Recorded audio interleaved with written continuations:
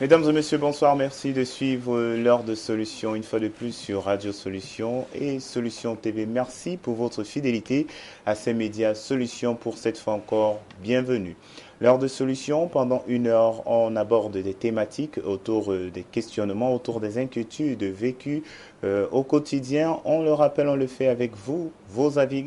Vous êtes des participants à cette émission Heure de Solutions. Alors, vous retrouverez l'Heure de Solutions 2 fois la semaine, le lundi et mercredi à partir de 20h30, les rediffusions, mardi 18h20, samedi 12h30, 20h30 et dimanche 9h, 21h. Pour le faire une fois de plus, nous accueillons avec beaucoup de plaisir sur ce plateau de Solutions TV l'homme de Dieu, l'apôtre Samuel Tateux. Bonsoir, apôtre Samuel. Bonsoir, Franck Eddy. Mesdames, Messieurs, bonsoir. Je suis content d'être là encore ce soir à l'occasion de cette autre édition de l'Heure de Solutions. Très bien, voilà donc pour cette autre édition encore de l'Heure de Solutions, un autre thème, un autre point du jour. Quelles peuvent être les causes de divorce chez l'homme? Voilà donc la question du jour. Vous avez la possibilité de faire parvenir votre point de vue en utilisant les numéros 672 05 0101 ou alors vous utilisez l'autre ligne, le 696 04 98 12. Une adresse email également disponible, solution@compassionglobal.org. Et bien sûr, nous avons également notre lien solution TV en net.myl2mr.com qui vous permet d'être connecté sur Solution TV, suivre nos programmes juste à partir de votre tablette ou de votre smartphone. Voilà pour les contacts. Alors nous allons aller directement avec le sujet du jour. Quelles peuvent être les causes du divorce chez l'homme? Pour cela, nous vous permettons de suivre les avis que nous avons recueillis sur le terrain. A tout de suite. Si c'est l'homme qui divorce, c'est qu'il y a de l'infidélité. Il y a aussi ça, et puis le non-respect aussi vis-à-vis à son mari. Vous voyez peut-être quand la femme parle dans une réunion du quartier, quand elle rentre tard, vous voyez un peu ça, mais non seulement même les enfants sont mal à l'aise, et puis tout le monde est mal à l'aise à la maison. Le monsieur arrive parfois à 18h, la femme arrive à 22h, vous voyez un peu, ça ne peut pas marcher. Pour qu'il y ait divorce entre un couple, pour que l'homme prenne une décision de vouloir laisser son conjoint, c'est au moment où sa conjointe ne peut plus. C'est-à-dire elle prend certains engagements. Vous savez, quand le mariage c'est pour le bien et le mauvais. Du côté, quand on dit c'est pour le bien, ça veut dire quand le jour que c'est bien, la femme est toujours là. Et le jour que c'est mauvais, elle doit être toujours là. Mais quand elle change, elle voit déjà que maintenant, l'homme ça ne va pas, elle doit aimer plutôt une autre personne. Elle cherche déjà des plans à partir. Elle ne marche plus selon les conseils du mariage. Et quand l'homme essaie peut-être de regrouper sa famille, qu'on fait des assises, ça ne marche pas. Mais l'homme se trouve déjà obligé de voir qu'il faut séparation. Parce que la femme, si tu maintiens cette femme, elle pourra tenir pour même aller te tuer avant de partir. Donc, c'est pour cela que beaucoup de couples ici dehors se cassent. Quand il n'y a plus l'entente entre ces couples, jusqu'à un certain niveau, et l'homme constate que cette femme ne peut plus tenir. Oui, concernant le divorce, je pense que la première réponse que je peux vous donner, il y a l'incompatibilité d'humeur. Il y a des choses peut-être, c'est pour ça qu'on dit, il y a des moments où on dit qu'on a besoin d'étudier son partenaire avant de s'engager. Mais parfois, on s'engage parce qu'à un moment donné, l'amour règne. Mais le divorce, c'est beaucoup plus d'incompatibilité d'humeur. Et parce que je ne pense pas que l'infidélité soit la cause. Pour certains, oui, mais ce n'est pas l'infidélité la cause, c'est beaucoup plus d'incompatibilité d'humeur. Quelque chose qu'on a raté au départ et qui nous rattrape pendant qu'on est déjà vraiment ensemble.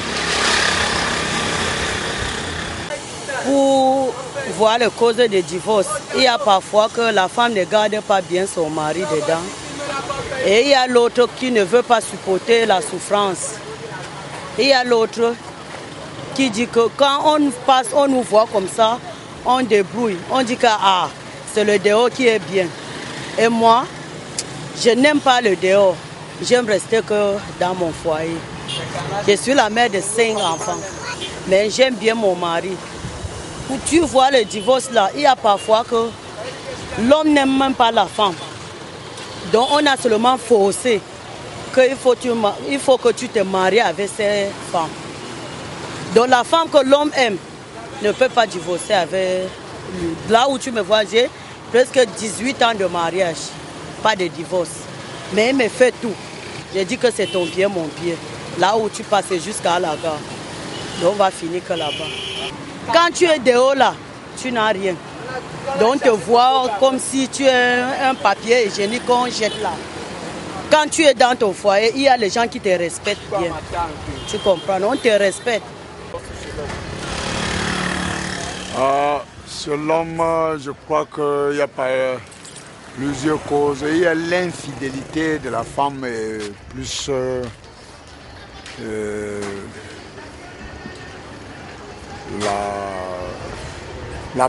le respect mutuel vis-à-vis de l'homme ou vis-à-vis de la famille de l'homme.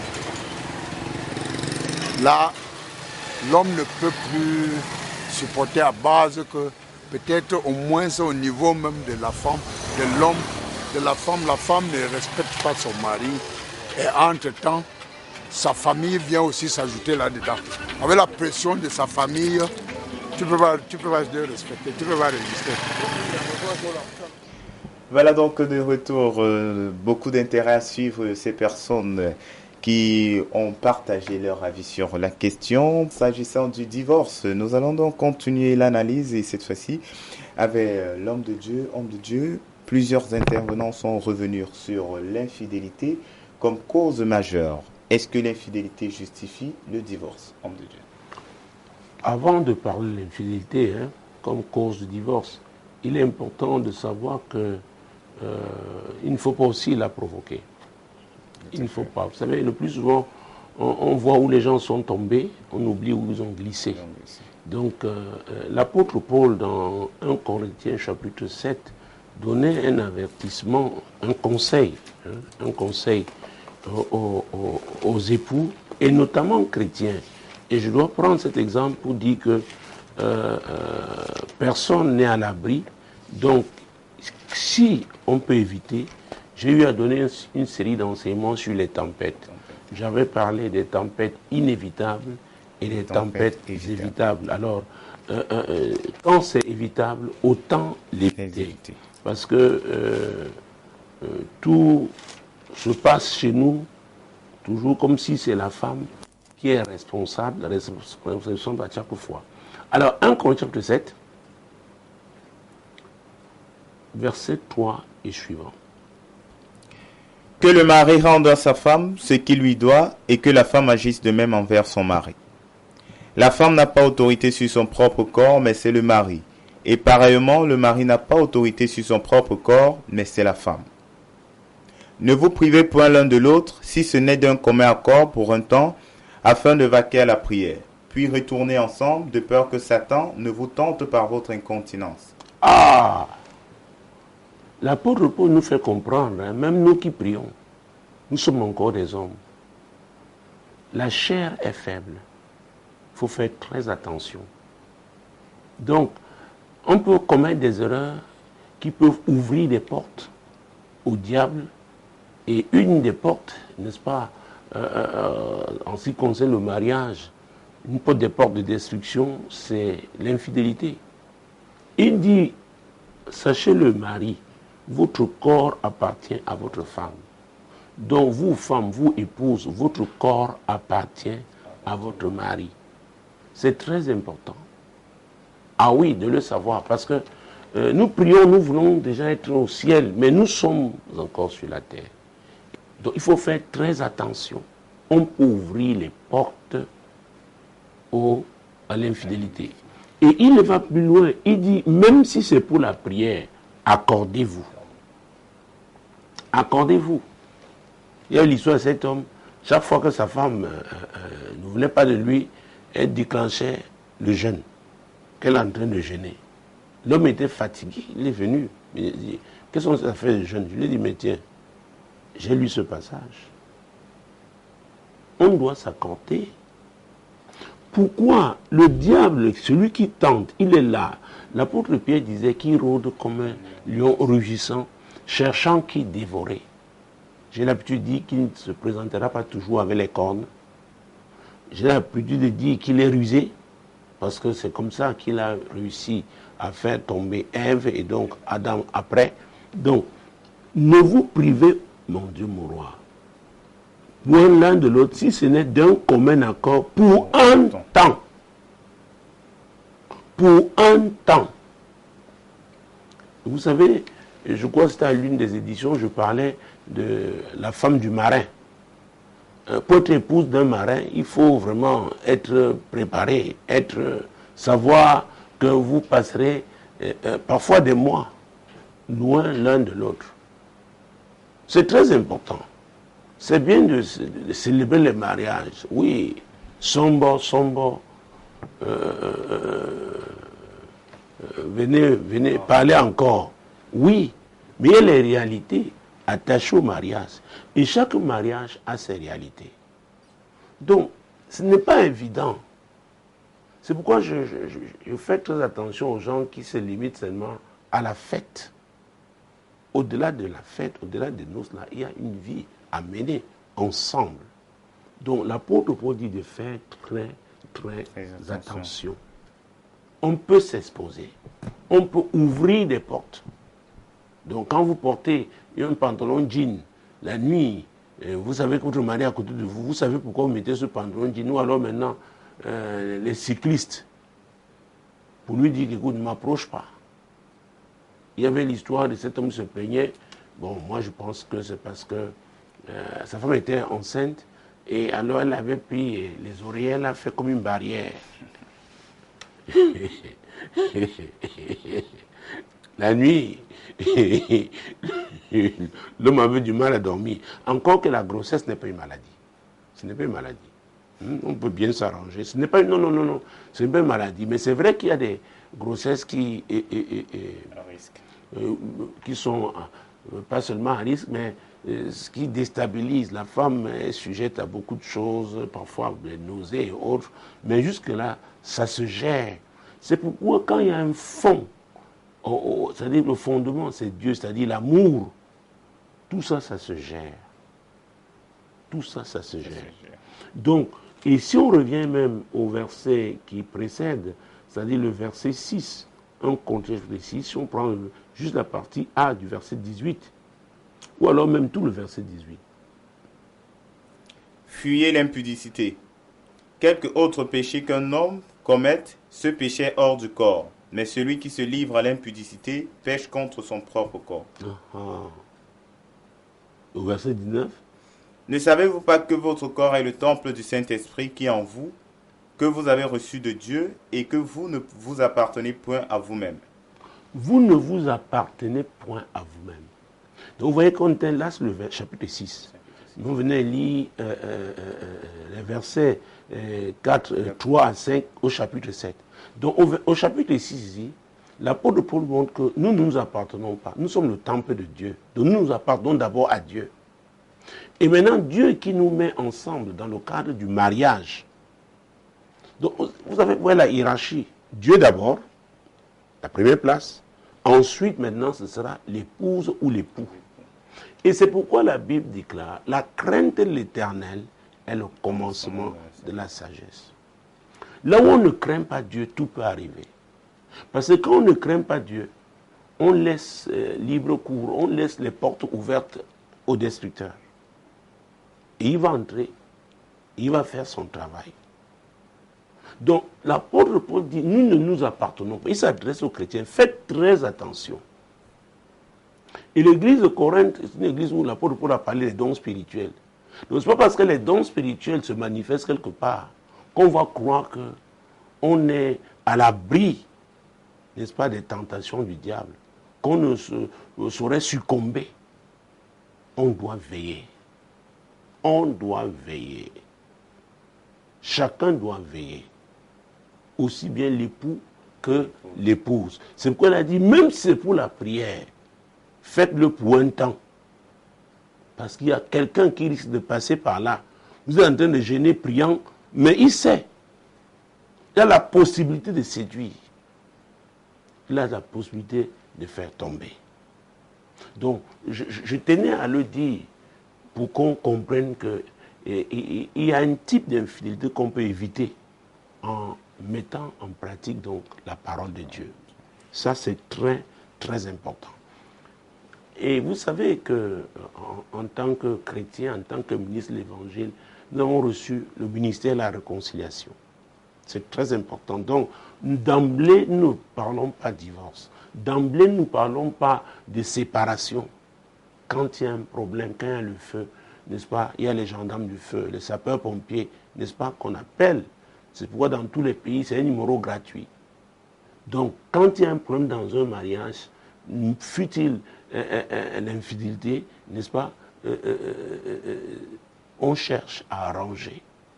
Et le Seigneur nous a donné, je ne prendrai pas tous ces versets, mais prenons l'évangile de Matthieu.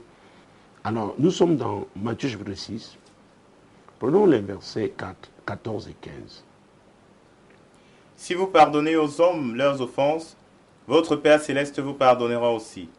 Mais si vous ne pardonnez pas aux hommes, votre Père ne vous pardonnera pas non plus vos offenses. Ah, c'est au pluriel. Donc, vous qui avez été peut-être victime de l'adultère, n'est-ce pas, d'un des conjoints, vous devez vous poser la question, savoir, est-ce que vous-même n'avez jamais offensé Dieu? Nous l'offensons tous les jours. Est-ce que cette prescription du Seigneur de pardonner ne s'applique pas à nous? Est-ce que ce n'a pas été un accident qu'on a provoqué soi-même? Oui, on vient de voir. C'est possible. C'est pourquoi il est important de s'asseoir. Parce que dans ce genre de situation, le diable apporte la tension. Il crée une tension de telle sorte qu'on ne peut pas véritablement réfléchir, méditer. Oui. Peut-être on a été distants l'un de l'autre pendant un certain temps, manque d'attention, etc., etc. C'est pourquoi quand on craint Dieu, quand on a ce genre de choses, et je dois vous dire, ce ne sont pas des situations faciles à gérer. On doit, n'est-ce pas, se faire accompagner. Mais il faudrait bien qu'on permette à ceux-là qui ont autorité, ceux-là que Dieu a placés à côté de vous, n'est-ce pas, d'œuvrer. Parce qu'il peut arriver qu'on ferme les portes à ces gens-là. Parfois on se dit on va gérer, non, ça va aller. Mais, oh les amis, il n'y a pas d'âge pour cette affaire. Ça peut détruire. Ça peut causer des problèmes incroyables. Donc, c'est important donc, quand on a des personnes qu'on respecte, des personnes à qui on a donné une place dans sa vie, des personnes, n'est-ce pas, qui nous aiment, ces personnes-là peuvent nous aider, n'est-ce pas, en pareilles circonstances. Et puisque nous sommes chrétiens, le pasteur, le berger, est là, c'est le serviteur de Dieu. Dieu l'a placé là pour aider, n'est-ce pas, ses brebis en pareilles circonstances. Mais c'est une erreur de croire qu'en cachant, on va s'en sortir. C'est terrible. Et c'est pourquoi il n'y a pas de place pour l'orgueil. Et j'ai l'habitude de dire aux gens, s'il faut pleurer, pleurez véritablement. Parce qu'il arrive que ça soulage. Que ça soulage, oui. Au lieu de trouver quelque chose qui va vous faire exploser demain. Ah oui. Il m'est arrivé de manière aux gens de prendre un temps de réflexion. Parfois, l'un séparer de l'autre d'abord. Écoutez, quand il y a un abcès, si on ne le crève pas, et qu'on croit, vraiment, on ne fait rien. Donc, une plaie, il faut vraiment la curer, enlever le pu pour pouvoir espérer quelque chose. Il faut aller en profondeur. Il n'y a pas de place pour la tricherie. On doit être vrai. On doit être vrai. Parce que en cas d'infidélité, il faut que les deux parties veuillent sauver leur mariage. C'est très important. Parce que si vous avez affaire à quelqu'un pour qui le glas a sonné, donc pour lui-même, il dit, si ça peut permettre que tu me libères. Est-ce que vous me suivez? C'est très important. Donc, les deux parties doivent désirer sauver leur mariage. Donc, ils réalisent donc que c'est le destructeur qui est entré. Comment le déloger? Ils doivent participer tous les deux, n'est-ce pas, à ce que Dieu va faire. Parce que Jésus est venu libérer les captifs. On peut être captif de ses affaires. On peut tomber dans le piège de l'ennemi. Il sait que le diable est rusé. Mais il dit, mes enfants, venez. Matthieu 11, 28, venez à moi, vous tous qui êtes fatigués et chargés, et je vous donnerai du repos. Si on reste toujours dans Matthieu, on peut aller au chapitre 7. Jésus-Christ de Nazareth. Matthieu chapitre 7. Prenons le verset, le verset 6. Ne donnez pas les choses saintes aux chiens et ne jetez pas vos perles devant les pourceaux, de peur qu'ils ne les foulent aux pieds, ne se retournent et ne vous déchirent. Alors, j'ai appris dire que il y a des chiens qui ont 2 pieds. Pour parler des hommes. Donc, quand on parle des chiens, ne prenez pas chiens au premier degré. Il y a des gens qui sont comme des chiens. Il y a des gens aussi qui sont comme des puceaux. Des gens qui ne peuvent pas apprécier les perles. Et quand on parle de perles, c'est pas quelque chose de précieux. Alors, si les conjoints ne peuvent plus s'apprécier, il y a problème. Depuis combien de temps les époux ne s'apprécient plus? Qu'est-ce qui s'est passé? Parce que parfois, ça peut être quelque chose qui a duré. Il y a eu des cris. On a désespérément crié pendant des mois, voire des années. Et qu'un beau jour, quelqu'un se réveille comme, d'un profond sommeil et constate qu'il y a infidélité, alors que c'est pourri déjà. C'est pourquoi j'ai dit, on doit faire attention. On doit être attention, on doit regarder l'autre, Et je conseille toujours aux jeunes époux, parce que quand on commence le mariage, on mange souvent ensemble. J'ai dit, il n'y a pas de... Même après 40 ans de mariage, on doit pouvoir manger ensemble. Vous savez, manger ensemble aussi, c'est communier. Si l'autre, ça ne va pas, il peut ne pas parler, mais sa façon de se conduire à table, parce que ce sera différent de comment, puis c'est votre personne. Donc, c'est important de manger ensemble. C'est important de manger en famille. Il y a des choses qui se disent en ce moment-là. Donc, on a tué cette atmosphère. Donc, chacun vit de son côté. Parfois, chacun est concentré comment chercher beaucoup d'argent. Et un beau jour, on réalise que oui, voilà ce qui est arrivé. On fait un bruit, un vacarme inexplicable, alors qu'on est responsable. Ou alors tous les deux, n'est-ce pas, les gens ont contribué à détruire. Donc ici, là, que ce soit donc les chiens ou les pourceaux, ici, l'image, ce qu'on doit retenir, la leçon, c'est que ce sont des êtres qui n'arrivent pas à apprécier ce qui est précieux. Et le mariage est précieux. Je le rappelle toujours, c'est la première institution que Dieu a créée. Donc c'est très important. Alors, si vous épousez quelqu'un qui ne vous apprécie pas comme époux, n'apprécie pas, ne sait pas, n'est pas conscient de ce que le mariage peut apporter dans sa vie, écoutez, ce mariage est mort-né. Mais l'environnement ne voyait que les choses physiques. Ils ont compris ce que je suis en train de dire. Oui, bien évidemment. Parce que gérer l'environnement n'est pas facile. Et surtout, si vous avez affaire à une femme qui veut se marier à tout prix, et parfois à tous les prix, et en ce moment-là, elle perd sa lucidité. Et vous vous amusez, elle peut créer des problèmes parce que ce sera comme si on veut l'empêcher de se marier. Alors que, vous savez, j'ai eu plusieurs cas. Oh papa, il y a quelqu'un qui veut m'épouser là et tout. J'ai dit, ok, amène-le. Pendant le monsieur parle, je le regarde. Vous savez, j'ai été là dehors.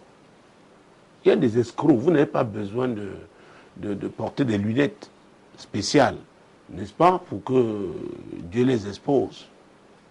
Et après une telle rencontre, ce genre de personnes, parce que ce sont des personnes aussi futées, réalisent qu'elles ont été exposées, dont l'homme là ne veut plus revenir. Or, la femme est accrochée. La femme veut se marier. C'est très compliqué.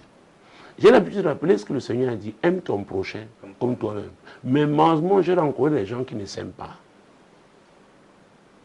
Qui ne s'aiment pas parce que, considérant le type de choix que ces personnes font, vous dites, mais elle va où? Il va où? Il y a des choses, j'ai vu des hommes qui acceptent l'inacceptable. L'inacceptable. Dès le départ, c'est-à-dire pendant la période considérée comme la période de fiançailles, où on peut encore rompre parce que ça ne va pas. On dit non, pas la foi. Pas la foi. La foi n'est pas la folie. C'est pourquoi, quand on parle de bâtir, il faut bâtir sur le fondement divin. Et Jésus a dit, je suis le chemin, la vérité et la vie. Alors, s'il n'y a pas la vérité quelque part, où est-ce qu'on va? Donc, il y a des gens qui ferment les yeux sur la vérité. Ils refusent de voir. Parfois, alors on dit non, papa, pas la foi. Il va croire. Pas la foi, il va changer. Et parfois, vous avez des gens d'un certain âge qui sont là, qui vous font pression. Oh, pardon, non, vraiment. Et il y a des cas, on utilise un passage biblique. Et c'est l'apôtre Paul qui le dit, qu'au lieu de brûler, autant se marier. Vous savez, la Bible, tout dépend sous quel prisme vous analysez les passages bibliques. Parce que moi, à mon entendement, c'est que ce sont des gens qui sont déjà engagés, qui sont déjà convaincus, n'est-ce pas, qui sont appelés à vivre l'un l'autre. Donc, l'apôtre Paul dit, ça ne sert à rien de traîner encore. Vous avez la conviction, vous vous aimez. Donc, ne perdez pas de temps. D'accord? C'est pas qu'on rencontre quelqu'un dans un taxi parce qu'on brûle dès qu'on l'a rencontré et on veut le mariage le lendemain. Alors, si un tel mariage est célébré, qu'on sache aussi que c'est un risque qu'on a pris. Et croyez-moi, j'ai rencontré très peu de personnes qui ont assumé après. Parce que après on accuse d'autres personnes. On refuse, n'est-ce pas, de reconnaître qu'on a été soi-même à l'origine de ces malheurs. Ah oui, c'est pourquoi il faut lire mon livre, le dernier ouvrage, Source de malheur. C'est très important. Parce que quand vous n'arrivez pas à retrouver la cause, vous n'arrivez pas à identifier votre part de responsabilité dans ce qui est arrivé, vous risquez de faire la politique de l'autruche. Et ça ne va pas vous aider. Et le temps, vous savez, le temps agit le plus souvent contre nous. Hein. Quand on est dans la mauvaise direction, le temps agit contre nous. Le temps agit en notre faveur quand on est dans la bonne direction. Et on prend de bonnes décisions. Parce qu'on peut être dans la bonne direction, mais vivre dans l'ajournement. Ce qu'on doit faire aujourd'hui, on ne le fait pas. C'est pour ça que je vous dis, la vie est une affaire de décision. Ah oui, les actes que vous posez aujourd'hui, là, vous verrez les conséquences demain. Si c'est des bons actes, vous aurez des bons fruits. Ça c'est très clair. Donc, l'infidélité, pour moi, doit être une cause de divorce quand ça devient comme incurable, comme une plaie incurable. On dirait une plaie inguérissable. C'est-à-dire on a pardonné, ça fait que... Et là on a affaire donc peut-être à un pourceau ou un chien. Ou alors quelqu'un qui veut vous faire comprendre par tous les moyens que vous devez le libérer. Il n'a plus rien à voir avec vous. Alors vous ne comptez plus pour lui. Et c'est à vous de décider. Est-ce que je sais ce que je suis en train de dire? C'est très, très important. Donc, pour moi, quand on s'engage, en tant que pasteur, une des choses que je me cherche à voir, est-ce que les partis veulent sauver leur mariage? Parce que les erreurs peuvent arriver. L'infidélité, ça peut arriver. Mais est-ce que les gens veulent se ressaisir et continuer avec Dieu pour accomplir, n'est-ce pas, son plan, le merveilleux plan qu'il a par rapport à ce mariage? Et quand c'est comme ça, chacun s'investira alors. Mais il ne faut pas essayer de pousser les gens, n'est-ce pas, les forcer. Ça ne va pas loin. Ça ne va pas loin. Alors, s'il faut répondre donc à la question qui m'a été posée, Matthieu chapitre 19 est une réponse. Mais j'ai tenu à nuancer avec ce qui précède. Matthieu chapitre 19, versets 4 à 9. Il répondit, « N'avez-vous pas lu que le Créateur au commencement fit l'homme et la femme, et qu'il dit, « C'est pourquoi l'homme quittera son père et sa mère, et s'attachera à sa femme, et les deux deviendront une seule chair. Ainsi ils ne sont plus deux, mais ils sont une seule chair. Que l'homme donc ne sépare pas ce que Dieu a joint. Pourquoi donc lui dirent-ils, Moïse a-t-il prescrit de donner à la femme une lettre de divorce et de la répudier? Il leur répondit, c'est à cause de la dureté de votre cœur que Moïse vous a permis de répudier vos femmes. Au commencement, il n'en était pas ainsi. Mais je vous dis que celui qui répudie sa femme, sauf pour infidélité, et qui en épouse une autre, commet un adultère. » Donc l'infidélité est une cause du divorce. Mais seulement nous avons vu, n'est-ce pas, plus haut, que Dieu demande de pardonner. Et nous avons vu que les parties doivent avoir le désir, n'est-ce pas, de sauver leur mariage. C'est très important. Donc les parties s'investiront, n'est-ce pas, à rectifier ce qui n'a pas été bien fait, à fermer les portes qui ont été ouvertes au diable. Et on va repartir sur de nouvelles bases avec le Seigneur. C'est très important. Alors, quand on parle de répudiation, je veux tout de suite, parce que l'apôtre Paul a apporté une précision. Nous sommes là dans 1 Corinthiens, chapitre 7, mon Dieu, mon roi, versets 12 et 13. L'apôtre Paul est en train de donner un conseil. En tant qu'apôtre, il avait une position qui lui permettait d'émettre un avis. Un avis, tout à fait. Aux autres, ce n'est pas le Seigneur, c'est moi qui dis. Si un frère a une femme non croyante et qu'elle consente à habiter avec lui, qu'il ne la repudie point. Et si une femme a un mari non croyant et qu'il consente à habiter avec elle, qu'elle ne repudie point son mari. Verset 13. Et si une femme a un mari non croyant qui consente à habiter avec elle, qu'elle ne le repudie point. Donc l'adultère ne concerne pas seulement la femme, ça concerne aussi l'homme. Mais ce que je dis là n'exclut pas tout ce que nous avons vu au départ. C'est-à-dire qu'un homme qui veut donc sauver son mariage, qui tient à sa femme, il y a une façon de faire pour la reconquérir. Parce que le plus souvent, ce sont les hommes qui sont auteurs d'adultère. Donc les femmes peuvent se plaindre et peuvent aussi se séparer d'un homme à cause de l'adultère. Mais il faudrait que ce soit un homme qui est comme ce pourceau qu'on a vu, ou alors ce chien, c'est-à-dire un homme qui n'apprécie pas la perle que Dieu lui a donnée. Et en ce moment, si ça devient incurable, insurmontable, irréversible, alors c'est possible. Voilà ce que je pourrais dire. Tout à fait, homme de Dieu. Première préoccupation, nous avons des éléments de réponse. Nous sommes toujours à la recherche des causes qui peuvent pousser un homme à divorcer. On a écouté d'autres hommes de Dieu qui précisaient qu'on arrive au divorce parce qu'il y a des choses qu'on a ratées au départ. Ils ont même parlé d'incompatibilité d'humeur, qu'il était judicieux donc d'étudier son partenaire. Homme de Dieu, qu'est-ce qu'on entend par étudier son partenaire? Comment le faire et pendant combien de temps? C'est une question difficile, surtout quand il faut parler du temps. C'est difficile. Moi, je reviendrai toujours à ce que j'ai dit en répondant à la précédente question. La crainte de l'Éternel est le commencement de la sagesse. Est-ce que les gens craignent Dieu? Et nous avons ce verset 3 d'Amos. Amos chapitre 3, verset 3. C'est très important parce que quand je parle de vision, c'est un des versets que j'aime utiliser. Oui, dans le cas des relations, n'est-ce pas, entre hommes et femmes.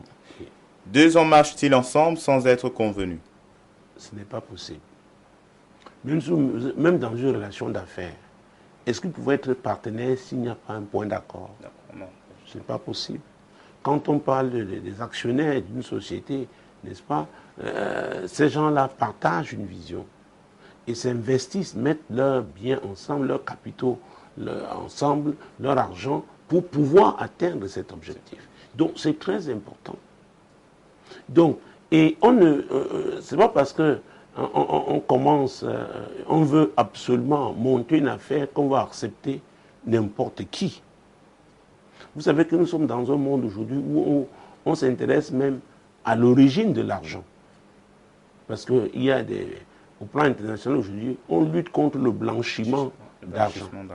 Donc, vous pouvez avoir un superbe projet qui nécessite beaucoup d'argent, mais que vous refusiez certaines personnes à cause de leur moralité. Vous savez, ce n'est pas pour rien, n'est-ce pas, que même pour des concours, d'entrer dans certaines écoles, n'est-ce pas, on demande le casier judiciaire, les seuls casiers judiciaires. On veut savoir à qui on a affaire, sa moralité. Et si vous voulez, parfois en matière d'immigration, dans certains pays, d'immigration légale, un des dossiers, c'est le casier judiciaire, n'est-ce pas? Parce qu'il ne faut pas qu'il y ait des gens qui vont vous causer des problèmes après. Donc, ça, c'est une étude au plan administratif. Il y a même des grandes écoles, on recrute des gens par étude du dossier. Là, donc, c'est l'administration. Vous voyez, pour recruter des gens dans une société, parfois, il y a des interviews. Et pendant l'interview, il y a des questions ouvertes qui peuvent vous amener donc à parler de vous. Et ça peut aller très loin, vos origines, votre... Donc, on veut savoir à qui on a affaire. Parce qu'on ne veut pas traiter avec n'importe qui. Donc, c'est normal, en ce qui concerne le mariage, qu'on sache quand même. Celui-là, c'est vrai, il a un doctorat, c'est bien beau, il est cadre supérieur, c'est bien beau, mais qu'est-ce qu'on a en commun? Et c'est pourquoi je suis très attaché à la notion de valeur. Quelles sont les valeurs que vous partagez? C'est ça, vous ne pouvez pas me changer ce côté. C'est qu'il y a des gens avec qui, même s'ils sont brillants, intelligents, on ne peut pas marcher ensemble parce que nous ne partageons pas les mêmes valeurs. Ce n'est pas possible. Ce n'est pas possible. En 20 ans de ministère, ceux qui me connaissent savent. Je lui ai à prendre des décisions difficiles et à assumer même pour moi-même parce que l'environnement n'était pas préparé. Et l'environnement se sentait comme bousculé, mais considérant ce que Dieu m'a confié, il y a un certain nombre de critères, il y a un certain nombre de contraintes, et c'est très important. Vous savez, la Bible dit qu'il y a deux portes. Il y a une porte étroite, c'est dans Matthieu d'ailleurs, une porte étroite et une porte large. Nous devons faire très attention. Le royaume de Dieu est sélectif. Écoutez, non. Et la Bible dit que ce n'est pas tous ceux qui ont Seigneur, Seigneur, qui entreront dans le royaume. Même ceux-là qui diront, j'ai prophétisé en ton nom, j'ai guéri les malades en ton nom, j'ai fait des miracles en ton nom. Il va dire à un certain nombre, oh, je ne vous connais pas. Ou bien de l'iniquité. Vous avez certes reçu des dons, mais votre caractère n'a pas changé. Et c'est pourquoi j'ai l'habitude de dire, les dons sans le caractère, c'est la catastrophe. C'est pourquoi on n'a pas besoin d'être prophète quand on voit quelqu'un qui a reçu des dons de Dieu, mais on voit son caractère, on se dit, celui-là, il n'ira pas loin. Parce que là, c'est incontournable, le caractère. Vous pouvez vous battre. Et surtout, nous sommes dans une société, un monde où les gens se battent pas, utilisent tous les moyens pour arriver. Mais pour demeurer à ce stade-là, à ce sommet-là, il faut du répondant. Il faut une base. Et c'est pourquoi j'insiste toujours sur le fondement de la parole de Dieu. La parole de Dieu ne change pas. Vous savez, les méthodes peuvent changer, les principes ne changent pas. C'est pourquoi on ne bâtit pas facilement. C'est pourquoi pour bâtir, d'ailleurs, oh mon Dieu, mon roi, Jésus-Christ de Nazareth. D'ailleurs, quand on parle de femmes, parce que là il s'agissait de femmes, Proverbe 14, n'est-ce pas, son premier verset parle de la femme qui bâtit, le type de femme qui bâtit. Proverbe chapitre 14. Proverbe chapitre 14, verset 1. Ce ne sont pas toutes les femmes, ce ne sont pas toutes les femmes qui bâtissent, non. Allons-y. La femme sage bâtit sa maison et la femme insensée la renverse de ses propres mains. Ah ah. la femme sage, et nous avons vu toujours dans Proverbe 8, 12, que la sagesse a pour siège le discernement. Alors, quand on parle du discernement, c'est l'aptitude à distinguer. Donc, dans cette étude que vous faites, une étude minutieuse, quand vous étudiez quelqu'un, vous avez un objectif. Il vous a impressionné par son statut social, c'est très bien, mais nous avons affaire à qui? Il y a des gens qui ne sont pas vivables, qui ont pour Dieu leur argent. Ils vous disent n'importe quoi parce qu'ils sont convaincus qu'ils achètent les gens. Alors ça a toujours marché comme ça, mais si vous savez qui est en vous, ce Jésus, mon Dieu, le créateur de toutes choses, qui est en vous, vous ne saurez vous livrer à cause de l'argent. C'est pour nous savoir qui on est. C'est très important. On doit savoir qui on est.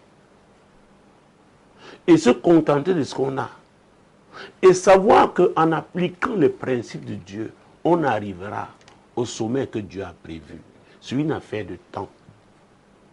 Donc, cela demande du travail. Travailler avec les valeurs divines. Et parmi ces valeurs, parmi ces qualités, il y a la patience. Il y a la persévérance. Il y a l'humilité. Parce que vous aurez des gens qui vont vous mépriser.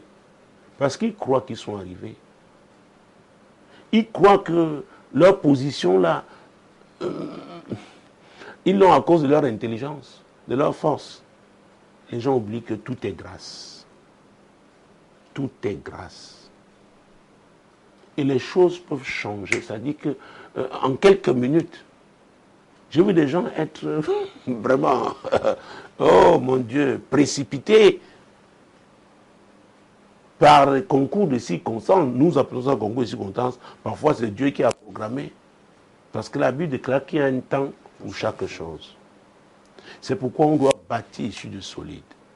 Et il y a cette parole que j'aime beaucoup dans l'évangile de Luc, en son chapitre 6. Luc chapitre 6. Nous allons prendre 3 versets, les versets 47, 48 et 49. Je vous montrerai à qui est semblable tout homme qui vient à moi, entend mes paroles et les met en pratique. Il est semblable à un homme qui, bâtissant une maison, a creusé profondément et a posé le fondement sur le roc. Une inondation est venue et le torrent s'est jeté contre cette maison, sans pouvoir l'ébranler parce qu'elle était bien bâtie. Mais celui qui entend et ne met pas en pratique est semblable à un homme qui a bâti une maison sur la terre, sans fondement. Le torrent s'est jeté contre elle, aussitôt elle est tombée et la ruine de cette maison a été grande. Alors, vous réaliserez tout de suite que le premier bâtisseur a pris du temps. Ah oui, vous savez, il y a même des sociétés spécialisées pour étudier je crois la qualité de sol. Je pense au Cameroun, ça doit être le Labogénie. Mais je sais qu'il y a des cabinets spécialisés. Vous voulez, c'est pas un immeuble de 15 niveaux, on étudie le sol. Et quel type de matériaux faut-il? C'est très important. Donc, vous ne trouvez pas un sol que vous mettez à bâtir. Donc le premier, il s'est dit, pour le type de maison que je veux, voilà, je dois creuser jusqu'à trouver le roc. C'est très important. Et n'oubliez pas que quand on parle de maison, tout à l'heure nous avons vu que notre corps est le temple du Saint-Esprit. Il est le temple de Dieu. Donc comment on bâtit sa propre vie? Tout commence par là. Avant de penser au mariage qu'on va se mettre avec quelqu'un, notre vie est fondée sur qui? Parce que la Bible dit qu'on ne peut pas servir 2 maîtres à la fois. Ce n'est pas possible. La lumière et les ténèbres ne peuvent pas marcher ensemble. Alors, d'où vient-il donc que vous épousiez quelqu'un, vous n'avez pas les mêmes convictions, vous ne regardez pas dans la même direction? Il y a un problème quelque part. Il y a un problème quelque part. Et quand on est chrétien, à vrai dire, on est conduit par qui? Par le Saint-Esprit, qui est l'Esprit de Dieu, qui est l'Esprit de la création. Et la Bible dit qu'il est l'Esprit de vérité. Jésus nous a dit, il nous conduira dans toute la vérité. La Bible déclare qu'il sonde même les profondeurs de Dieu. Donc alors, si vous êtes un vrai chrétien, vous faites confiance au Saint-Esprit. Parce que vous-même, par rapport à votre vie, c'est lui qui vous conduit. Le Saint-Esprit ne se trompe jamais. Il ne peut pas vous laisser aller épouser quelqu'un, vous qui craignez Dieu, vous qui êtes sous sa conduite, quelqu'un qui ne craint pas Dieu. Quelqu'un qui va vous détruire. Parce qu'il y a un type de mariage qui peut conduire les gens en enfer. Croyez-moi. C'est pourquoi on ne doit pas vouloir se marier à tout prix. Ou alors à tous les prix. On doit faire très attention. On doit savoir ce qu'on veut. Qu'est-ce qui est essentiel? Donc quand on veut bâtir, le fondement est essentiel. D'abord, sa propre vie. Ensuite, puisque nous parlons du mariage. Ah oui. Vous savez, les gens aiment les raccourcis. Mais croyez-moi, j'ai rencontré des gens qui ont pris des raccourcis, qui sont cassés la figure. Très peu vraiment ont été humbles pour reconnaître que vraiment tu nous avais dit. Nous regrettons, mais prie pour nous pour que le Seigneur nous aide à rebondir. Et ça, c'est la voie de la sagesse. Parce que chacun de nous peut se tromper dans un domaine comme dans l'autre. Mais quand on réalise qu'on s'est trompé, on doit être suffisamment humble pour se tourner vers le Seigneur, lui demander pardon et accepter, parce qu'il donne ses instructions. Quand nous lisons Matthieu 11, 29, il dit « Recevez mes instructions ». Alors vous mettrez en pratique donc ces instructions qui vont transformer, qui vont apporter un changement positif dans votre vie. Donc, le deuxième bâtisseur, ce qu'il a fait, c'est quoi? Il a bâti sur du sable.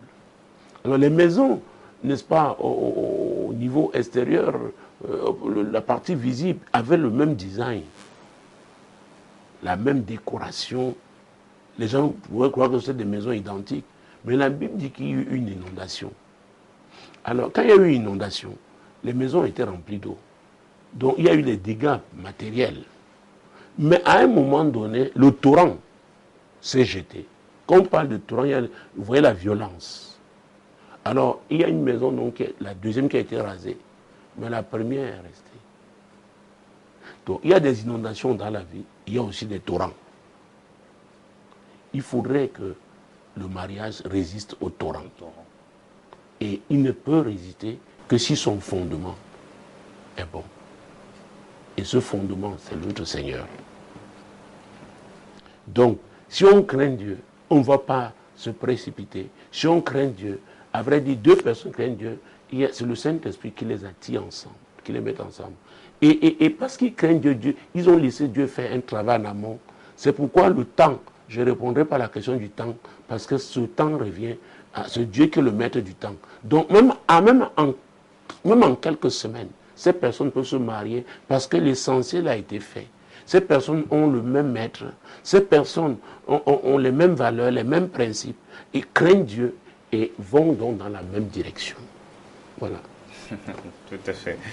Voilà encore une autre réponse, voilà encore un autre point de vue. Nous allons continuer, homme de Dieu, nous allons encore creuser avec une autre préoccupation, homme de Dieu. Vous relevez toujours le fait de la nécessité de la préparation avant le mariage. Et là, on parle de causes qui peuvent pousser un homme à divorcer. Est-ce que l'impréparation peut provoquer le divorce? Oui, naturellement. L'impréparation. On vient de voir. L'impréparation. J'ai parlé de matériaux de construction tout à l'heure.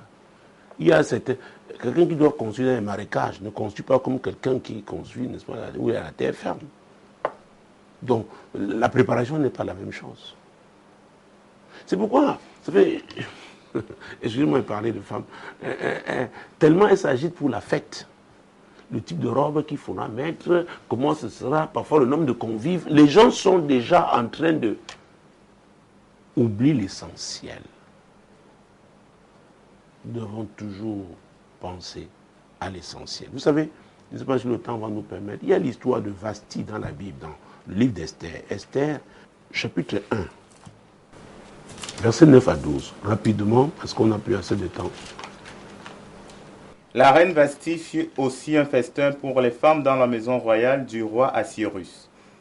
Le 7e jour, comme le cœur du roi était réjoui par le vin, il ordonna à Méoman, Bista, Arbona, Bita, Abacta, Zeta et Carcasse, les 7 eunuques qui servaient devant le roi Assyrus, d'amener en sa présence la reine Vasti avec la couronne royale pour montrer sa beauté au peuple et aux grands, car elle était belle de figure. Mais la reine Vasti refusa de venir quand elle reçut par les eunuques l'ordre du roi. Et le roi fut très irrité, il fut enflammé de colère. Alors, elle était devenue reine parce qu'elle avait épousé un roi. Et au verset 9 dit, la reine Vasti fit aussi un festin. Son mari avait fait un festin. Elle aussi organisait, elle recevait les femmes. D'accord? Mais pour les femmes dans la maison royale, de qui? D'Assyrus. Donc, elle était dans la maison de quelqu'un. Elle était son épouse. Donc, elle était sous l'autorité de cet homme, le roi. Elle a refusé. Mais ça a été terrible. On n'a pas assez de temps. Peut-être on va prendre les versets. Oh mon Dieu, Jésus-Christ n'a pas. Le roi, il eut honte, il était désapprouvé, il était vraiment mécontent. Qu'est-ce qu'on va dire? Parce qu'on va analyser l'histoire. Verset 13. Alors le roi s'adressa aux sages qui avaient la connaissance des temps, car ainsi se traitaient les affaires du roi devant tous ceux qui connaissaient les lois et le droit. Verset 17. Car l'action de la reine parviendra à la connaissance de toutes les femmes et les portera à mépriser leur mari. Elles diront, le roi Assyrus avait ordonné qu'on amena en sa présence la reine Vasti et elle n'y est pas allée. Et dès ce jour, les princesses de Perse et de Médie qui auront appris l'action de la reine la rapporteront à tous les chefs du roi. De là, beaucoup de mépris et de colère. Alors, c'est le conseil juridique qui parle là. Il dit, Sa Majesté, ce que vous avez subi là, ça ne s'arrête pas à votre niveau. Ça va se répandre sur tout le royaume, dans tout le royaume, et toutes les femmes mépriseront leur mari. Donc, la reine doit être sanctionnée. Et la sanction va être prise au verset 19. Si le roi le trouve bon, qu'on publie de sa part et qu'on inscrive parmi les lois des Perses et des Mèdes, avec défense de la transgresser, une ordonnance royale, d'après laquelle Vasti ne paraîtra plus devant le roi Assyrus et le roi donnera la dignité de reine à une autre qui soit meilleure qu'elle. Elle est déchue.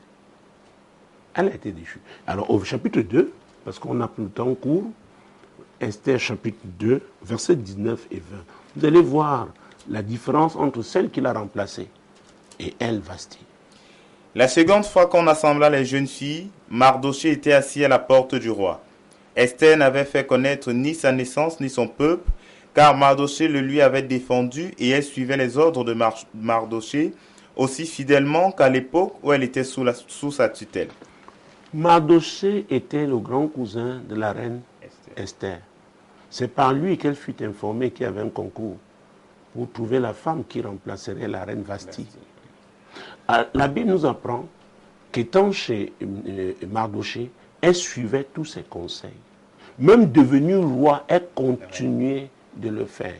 C'était son mentor. Peut-être Vasti en avait eu, mais Vasti devenue reine, elle a cru ne plus écouter les gens. Elle a cru qu'elle était arrivée. Et c'est terrible. Beaucoup échouent comme ça. Beaucoup. Vous priez avec eux, vous leur donnez des conseils. Le jour où ils sont arrivés, ils vous tournent le dos.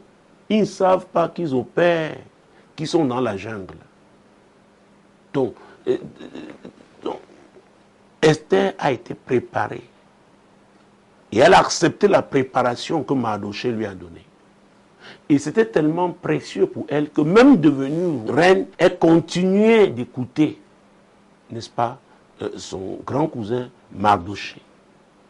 La préparation. Donc la préparation est nécessaire, mais il faut l'apprécier déjà. Il faut apprécier cette préparation. Si vous ne croyez pas que c'est pour votre bien, on va vous donner le plus grand préparateur. Ah oui, vous n'avez pas aujourd'hui des préparateurs physiques, n'est-ce pas, en matière de sport. Donc il faut apprécier, c'est pourquoi on doit avoir le sens de l'essentiel. Aimer et maintenant mettre en pratique. Donc c'est important d'être préparé. Parce qu'il y a des classes Esther est partie, c'était une orpheline de père et de mère. Mais là, voilà qu'il s'est retrouvé au sommet de la société. Mais elle avait quelqu'un qui lui donnait des conseils. C'est très important. Donc, il faut faire très attention. Il y a des gens que Dieu met sur votre route pour vous aider. Il faut les écouter. Ces gens-là pourront vous préparer à affronter les défis futurs. Voilà, je crois avoir répondu à cette question. Je pense que nous sortirons par là, mesdames, messieurs. Et quel que soit le domaine dans lequel Dieu vous a appelé, sachez-le, vous ne pouvez pas réussir tout seul. Il y a des gens comme ça, stratégiquement positionnés. Vous devez les identifier et les écouter. Ils vous aideront. Notamment en matière de mariage, où il y a beaucoup de défis. Il y a des personnes clés, des personnes sincères, des personnes sérieuses qu'il faudrait écouter. En moment, n'est-ce pas, pendant les périodes de crise, ça vous aidera. Demeurez bénis donc en regardant Solution TV, en écoutant Radio Solution. Shalom.